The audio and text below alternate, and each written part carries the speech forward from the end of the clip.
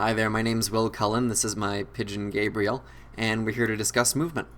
So, I've been really interested in the eyes and the movement of the eyes lately.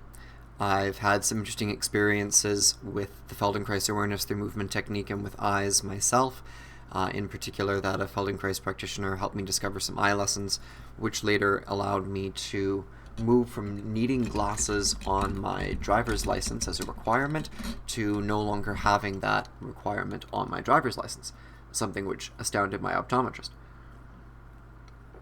I've also been working with eye lessons with a few people in my new practice, giving them as ATMs or as guided ATMs, and a lot of the people that are engaging with the eye lessons are finding improvement in their breath and in their general quality of movement.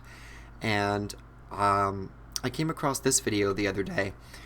Chris Kazat is a German educator. He's been on YouTube for about 10 years, which is very old in internet years, educating people and telling stories about how the world works and how we work within it.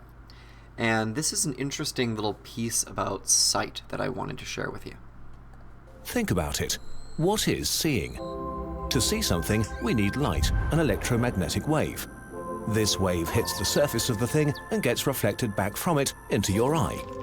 The wave carries information from the object that your brain uses to create an image.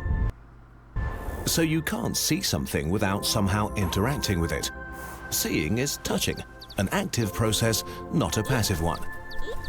This is not a problem with most things, but particles...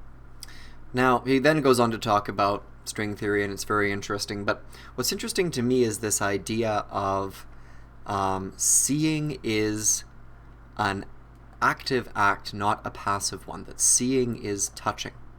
I'd never really thought about it in that context before, and the more science-y members of my audience, this may be perfectly obvious to you, but I'd never really thought of seeing as being an active process. I'd thought I receive images into my brain, not necessarily that I interact with or touch the light, which itself touches the object, which then...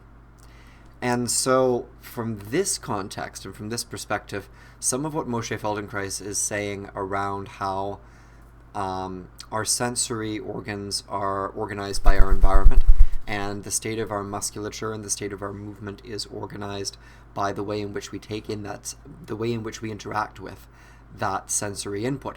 Seeing as a active action rather than a passive action helps me think of that as a stimulus that can be interacted with.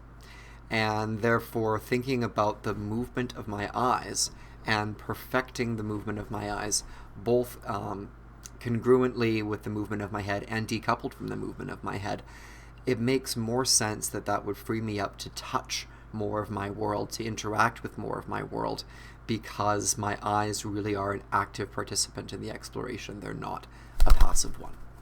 So let me know if that was a concept that astounded you as much as it astounded me. If you've enjoyed this, please subscribe and like me on Facebook, and consider joining me claiming a free quest on Kinetic Quest. We have classes every day, both live and in person, as well as live on Zoom. Talk to you soon. Have a great day.